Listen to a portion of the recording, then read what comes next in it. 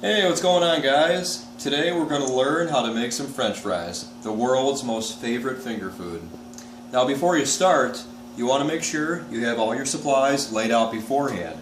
As you can see, I've already done that over here.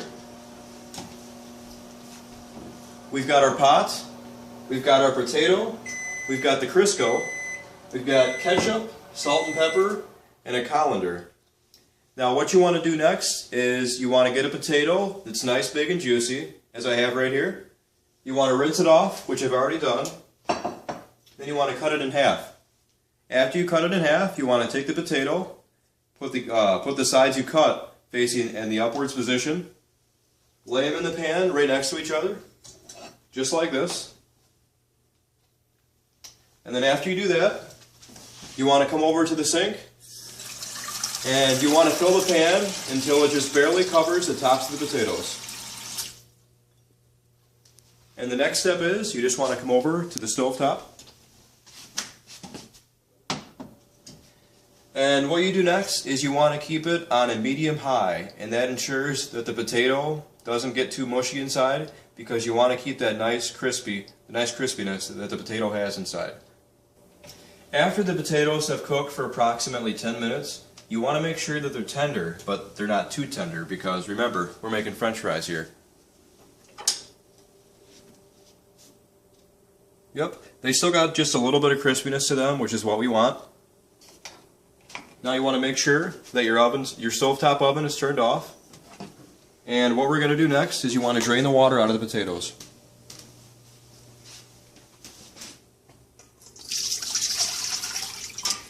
You can just drain them directly into a colander.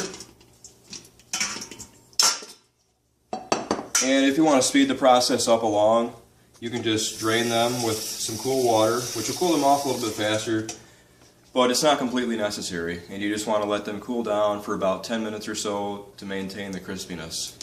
Now that the potato is cooled for about 10 minutes, we can start cutting it into the shapes we want for the French fries. And what I'm going to do here is I'm going to cut it lengthwise one time, and then cut 4 strips, because that's how I like the size of my fries.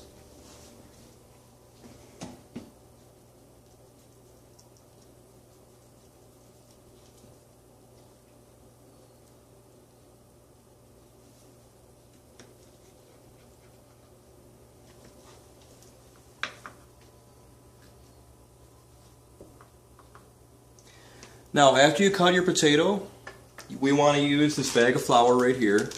And you want to gently put the potatoes in here, because what the flour is going to do is it's going to stop the fries from splattering when they're in the Crisco batter, and it also keeps more of a better flavor and more of a crispiness to the fries as well.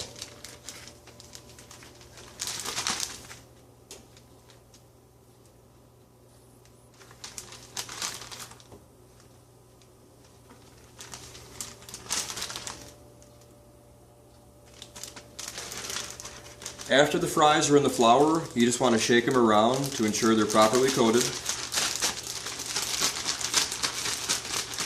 And the next step is we're going to put them into the shortening.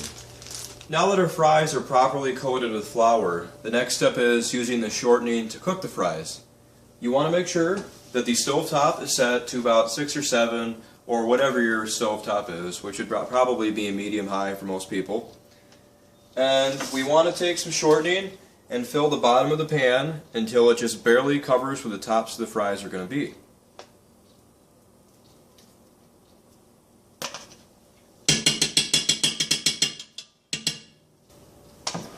Now that the shortening is hot enough, we can go ahead and start putting the fries in. You want to make sure it's hot to where it's just starting to sizzle, but not too hot. And then when you put the fries in, you want to make sure you put them in nice and gently, because you don't want to have any of this splattering on you.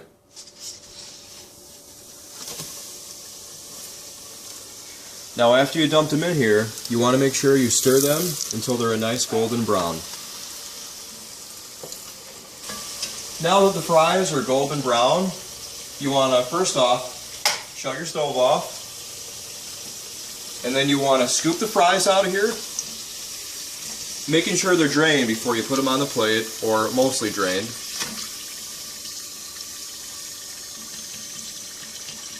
And then you want to lay the fries right on top of the paper towel, so any excess grease can drain right off onto the towel.